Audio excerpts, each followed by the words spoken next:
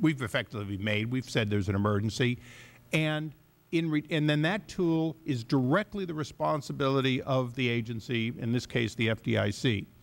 You said you're using all the tools. Why are you not using that tool instead of, because that tool uniquely says you got to pay back all the money.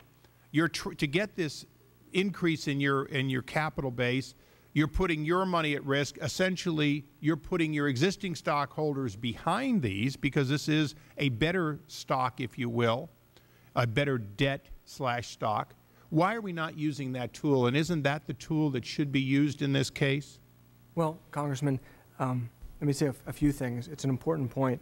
First, the preferred stock that we're buying is senior to the common stock, so we get paid back before the equity investors of these institutions. So we are in a better position than their shareholders, and that's very important, number one. Number two, and I don't have all the details on the gentleman's proposal, but I know that some of those proposals, which didn't require any cash going into these institutions, were basically a form of forbearance, pretending that the banks had more capital than they had.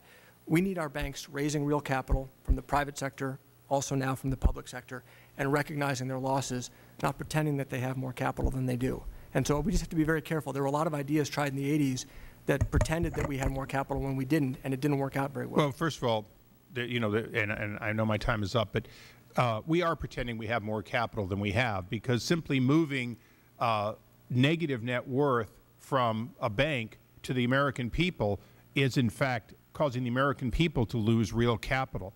The wealth of our country is, in fact, in this case, being moved onto the taxpayers' rolls and off of the bank rolls. So let's not kid ourselves. If you overpay, you invest in somebody who otherwise would not be solvent, you by definition, and particularly if they're going to buy other banks that you've determined are not solvent, you've determined, in fact, that you're going to spend the American people's money, indebt the American people in return for that.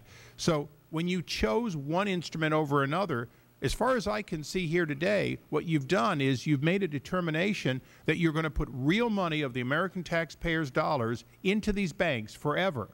Because if you buy too cheap, you're giving them real money forever, instead of the alternate authority that already existed that we argued should have been used first, where you at least made sure that 100 cents on the dollar, real 100 cents on the dollar, would be fully repaid without any risk to the American people, except an ultimate liquidation of that entity at a loss.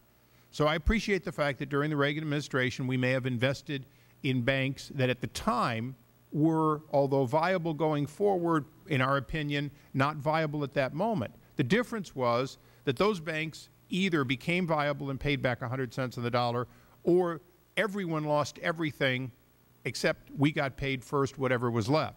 So, I appreciate that, but when I asked you the questions earlier about par and where we were and whether we overpaid when we invested, you couldn't answer those questions because, in fact, your system puts us at a greater risk as the American taxpayers than the system that we suggested you could do without any authority under the TARP. But if I may respond, remember, there are very important taxpayer protections, not just the dividend rate that we're going to be earning on the preferred stock, the warrants. We're getting 15% of the value of the investment in the form of warrants in these institutions.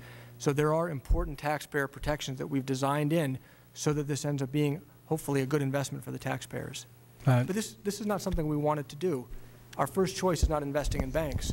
We felt like we had to stabilize the financial system, and so we've taken bold action to do that. One thing I do know, I wouldn't want to be asking my friend for some money to help me stay afloat, and if I didn't get the money, I'd be out of business.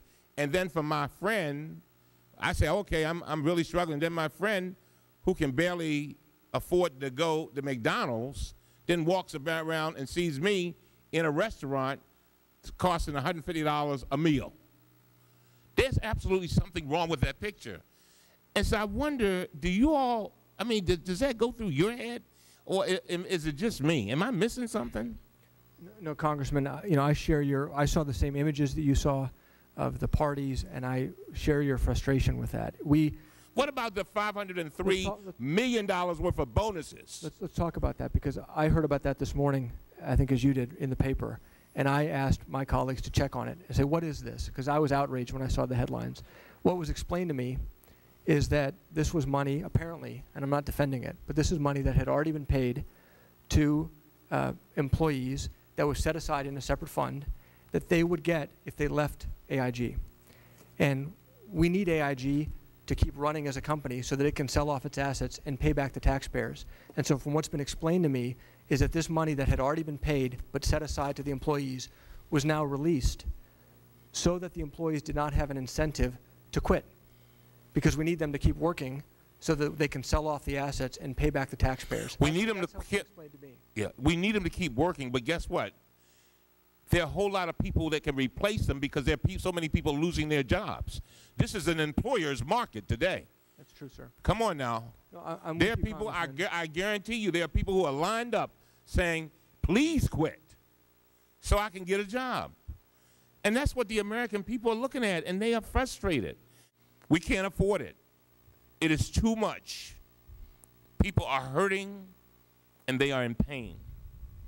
And so I hope that while we're looking at Wall Street, and we're looking at all the folks that's got their hands out, and we're looking at all the AIG officials as they go on their little junkets and whatever, that you keep in mind, as I know you've been doing it, but I want you to do it even more, that every decision that you make, you think about those folks who are losing their jobs and who are in pain and who are not going to have a decent Christmas. They're going to probably be sitting under the Christmas tree with no presents. You know why? Because they won't have a job. And all of these people, and I hope that as they come to you begging for the taxpayers' money, that you'll remind them of all the people who are suffering and that are in pain, and tell them that it cannot be business as usual. Thank you very much, Mr. Chairman. Thank you, Mr. Cummings. Mr. Kashkari, do you have any response? Thank you for the opportunity to be here today. Just to Mr. Cummings, I don't know how to work any harder than we're already working. And I take your feedback very seriously. That's why we're working as hard as we are, and we're just going to keep doing and trying to accomplish and meet your expectations. To say, I don't think anyone questions, Mr. Kashkari, that you're working hard. Our question is who you're working for. That will conclude this first panel. I want to thank you for your presence here. As Mr. Cummings said, I know that it cannot have been easy. You've been answering questions for over 2 hours. And the committee will take note that you have engaged in a thoughtful Q&A here. So we appreciate it. Just want you to know it's much appreciated. And we understand the burdens of your office. So we're going to thank Mr. Kashkari for his presence here. Concerned that, when you pick winners and losers, that you're increasing market concentration that may work against the interest of consumers and other industries? You concerned about that? Well, Congressman, we are not actively trying to consolidate the industry, but a lot of progress has been made. I would also very respectfully ask you to consider the incentives of some folks who are making these plans. There are some folks who would like nothing more than the government to provide guarantees for mortgage-backed securities. The investors would love that. The investors around the world would love it if the U.S. government guaranteed all their mortgage-backed securities under the rubric of helping homeowners. Well, if it gave loan modification and directed lowering principal and interest rates and extending the terms of payments, maybe millions of homeowners would love it.